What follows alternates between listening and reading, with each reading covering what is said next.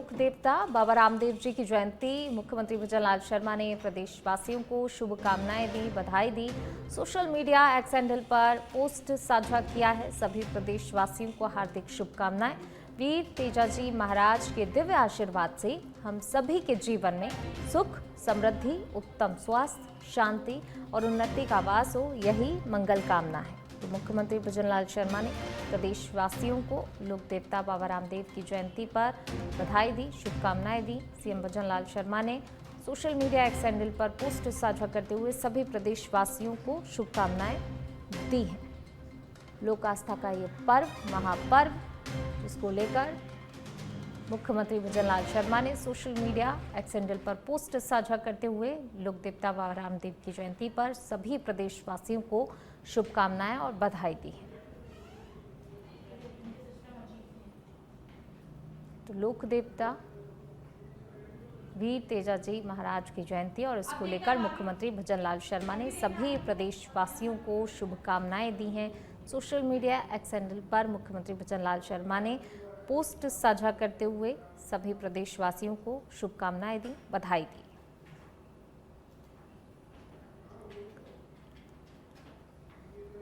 तो देखिए, मुख्यमंत्री भजनलाल शर्मा ने सोशल मीडिया एक्स हैंडल पर पोस्ट साझा करते हुए लिखा कि प्रदेशवासियों को हार्दिक शुभकामनाएं, बधाई। वीर तेजाजी महाराज के दिव्य आशीर्वाद से हम सभी के जीवन में सुख, समृद्धि, उत्तम स्वास्थ्य, शांति और उन्नति का वास हो, यही मंगल कामना है।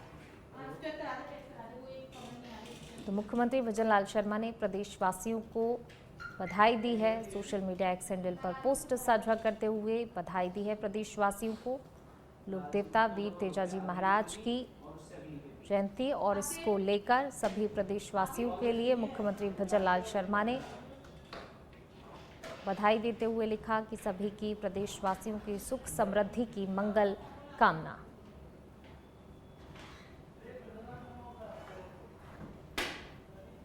तो मुख्यमंत्री भजनलाल शर्मा ने सोशल मीडिया एक्स हैंडल पर पोस्ट साझा करते हुए बधाई दी है।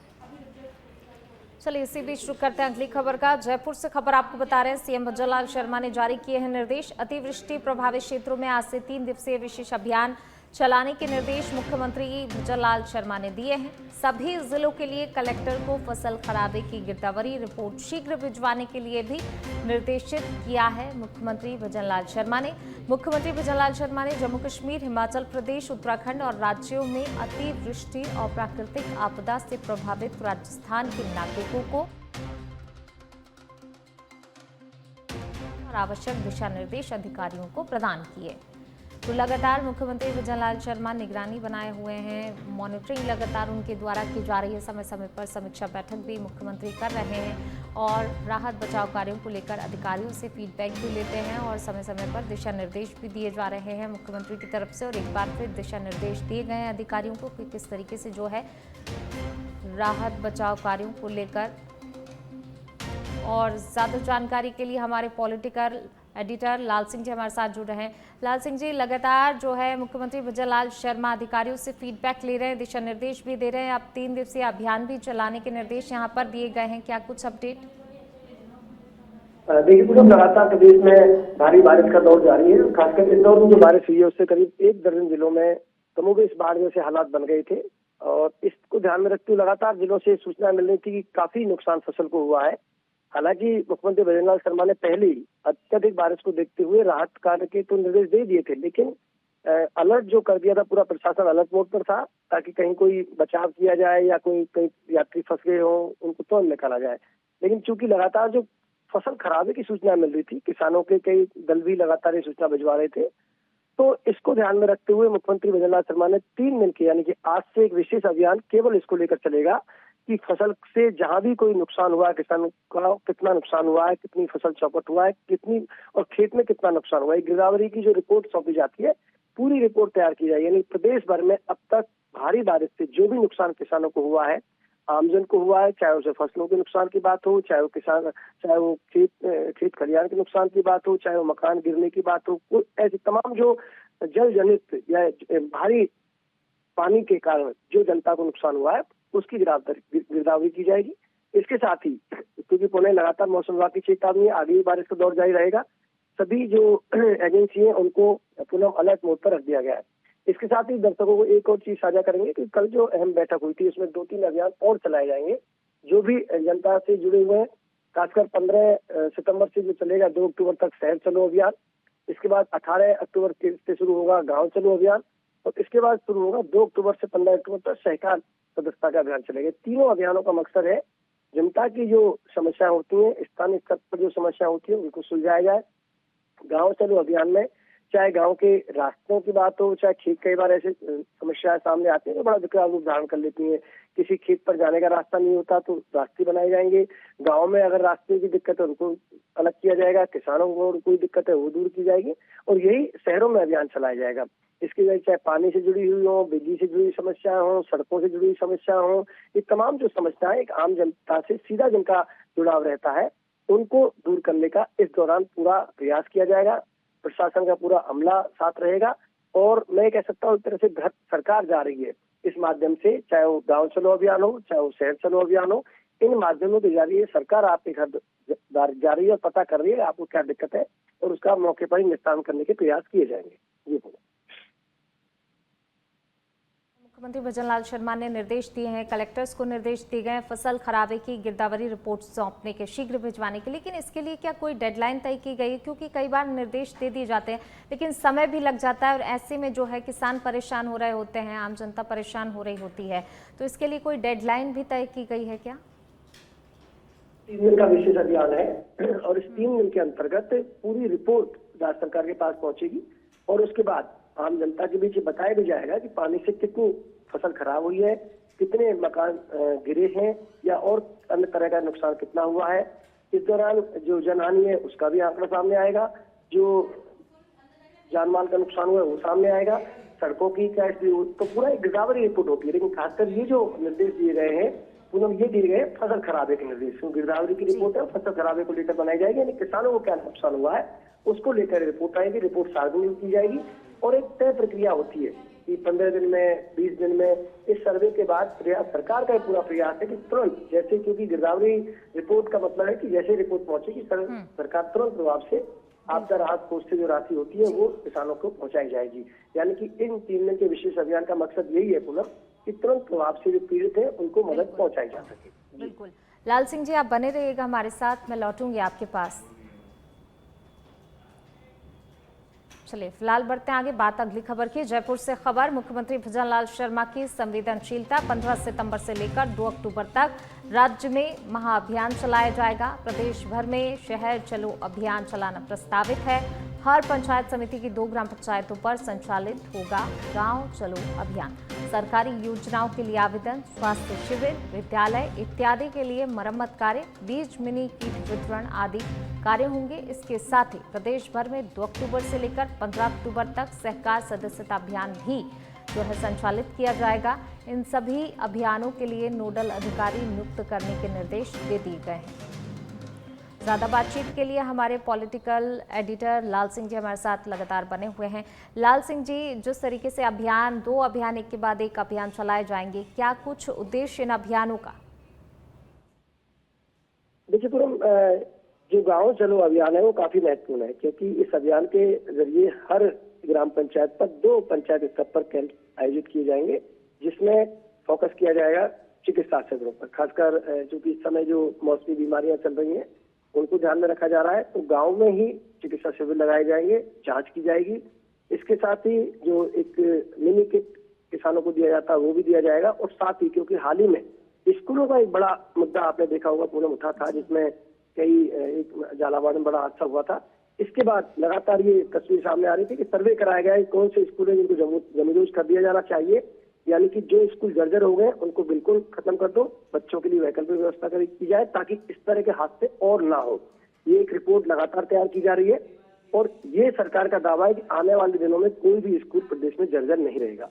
इन अभियानों के जरिए प्रयास ये किया जाएगा कि जो स्कूलों में मरम्मत की जरूरत है, यानी कोई दीवार क्षतिग्रस्त है, या कोई छत का छोटा हिस्सा क्षतिग्रस्त है, या पानी की टंकी गिरी हुई है, तो ऐसे जो छोटे काम है उनको पुनः अपने स्तर पर करवाया जाएगा। इस अभियान का मकसद यही है कई बार होता क्या है, आपने भी पहले कहा था, ठीक बात कही थी कि हम अभियान तो चला देते हैं लेकिन उसका एक टाइमलाइन तय नहीं कर पाते।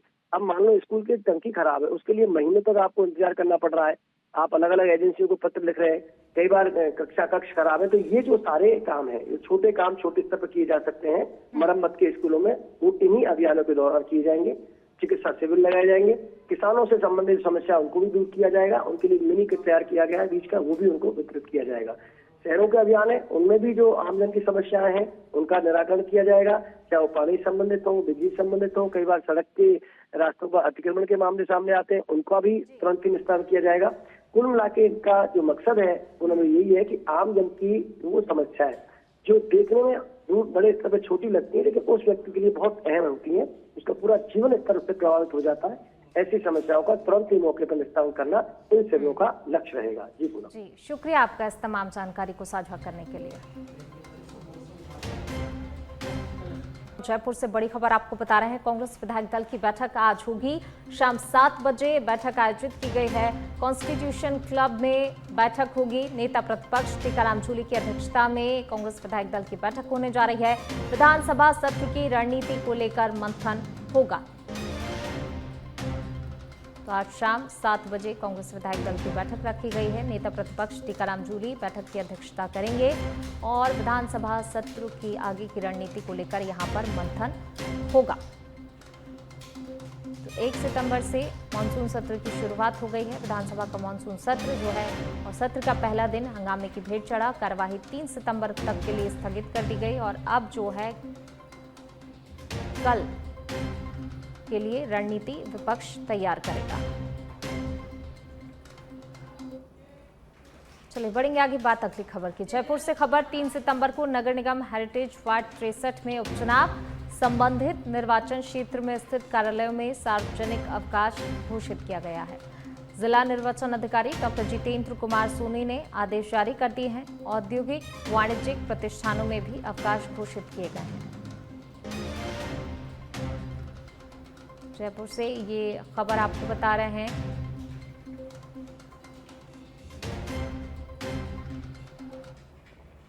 चलिए बढ़ेंगे आगे, बात अगली खबर की। बीकानेर से खबर, राजस्थान में भंसाली प्रोडक्शंस के खिलाफ एफआईआर दर्ज हुई है। न्यायालय के आदेश पर पुलिस ने एफआईआर दर्ज की है। भंसाली प्रोडक्शन और प्रोडक्शन मैनेजर उत्कर्ष बाली और अरविंद गिल के खिलाफ गंभीर धाराओं में एफआईआर दर्ज की गई है। धोखाधड़ी, आपराधिक विश्वासघात, धमकी और संगठित षड्यंत्र जैसे संगीन आरोप लगे हैं और इसी को लेकर एफआईआर दर्ज हुई है। राधा फिल्म्स एंड हॉस्पिटैलिटी के सीईओ और लाइन प्रोड्यूसर प्रतीक राज माथुर ने आरोप लगाते हुए एफआईआर दर्ज करवाई है इन पर। मामला लव वॉर फिल्म की शूटिंग से जुड़ा हुआ है, जिसको लेकर एफआईआर दर्ज करवाई गई है। फिल्म प्रोडक्शन में नियुक्ति और सुरक्षा इंतजाम को लेकर धोखाधड़ी के आरोप लगे हैं। वहीं 17 अगस्त 2025 को निजी सुरक्षा के तहत दुर्व्यवहार और धमकी देने का मामला, 25 अगस्त को कोर्ट में याचिका और 27 अगस्त को एफआईआर दर्ज करने का आदेश आया। बीछवाल थाने में दर्ज हुआ है ये पूरा प्रकरण।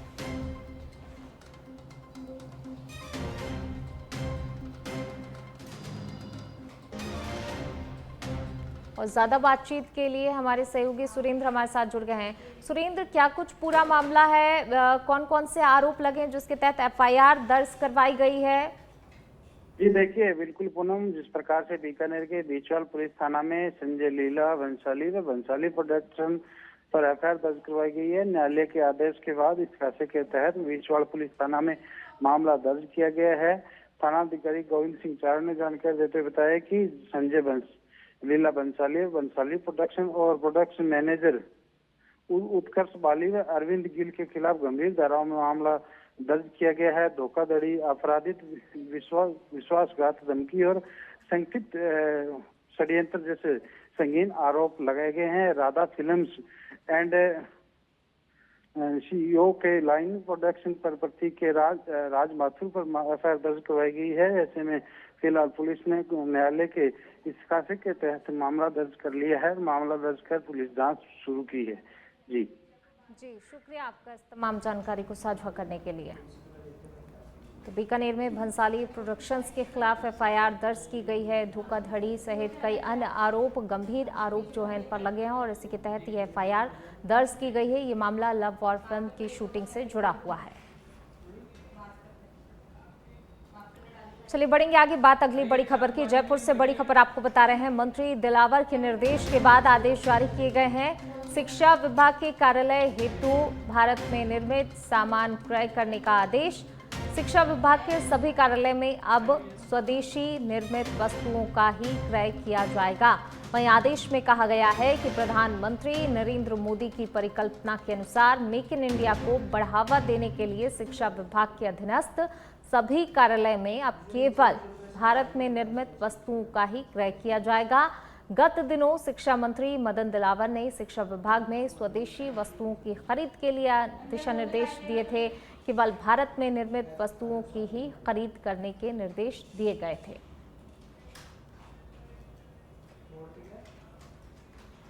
चलिए रुक करते हैं अगली खबर का। श्री माधोपुर कस्बे में गौशाला रोड पर स्थित सोनी बगीचे के शिवालय में असामाजिक तत्वों के तहत माता पार्वती की मूर्ति को खंडित करने का सनसनीखेज मामला सामने आया। इस घटना ने स्थानीय लोगों में भारी आक्रोश पैदा कर दिया है और इसे सांप्रदायिक सौहार्द को बिगाड़ने की साजिश के रूप में देखा जा रहा है। स्थानीय निवासी चंद्रशेखर लोकनाथ का बताया कि मोहल्ले के लोग मंदिर में पूजा अर्चना करने के लिए पहुंचे थे। इस दौरान उन्होंने शिव परिवार की मूर्तियों में से माता पार्वती की प्रतिमा को बुरी तरह से खंडित पाया। मूर्ति का आधा हिस्सा गायब था, जिसे असामाजिक तत्व अपने साथ ले गए थे। लोगों ने इस घटना के खिलाफ कड़ा विरोध जताया और मूर्ति खंडित करने वाले अज्ञात आरोपियों की तत्कालिक गिरफ्तारी की मांग की है। यहाँ शिव परिवार में स्थित सोनी बगीचे में स्थित शिव परिवार के अंदर माता पार्वती की मूर्ति को खंडित कर दिया गया शाम को 4 बजे बाद। लेकिन किसी प्रशासनिक सहयोग कोई प्रशासन द्वारा कोई अभी तक कोई कार्रवाई नहीं हुई और अतः कार्रवाई करने की सोनी बगीचे में स्थित शिव परिवार सामने पार्वती जी की मूर्ति का सर यहाँ से तोड़ के ले गए हैं।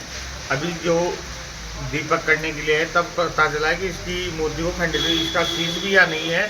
और सब लोगों ने देखा, सब लोग इकट्ठे हो रहे हैं यहाँ पे, लेकिन पुलिस प्रशासन ने अभी तक कोई कार्रवाई यहाँ पे। ये शिवालय है सोनी बगीचे के अंदर, इसमें शिव परिवार है। शिव परिवार में से माता पार्वती का आज शाम 4 बजे बाद किसी अज्ञात महिला या पुरुष ने माता का शीश काट के ले गए, जिससे यहाँ जन आक्रोश है। वार्डवासी हैं, आसपास के आमजन हैं और यहाँ कुछ भी होने की स्थिति में है।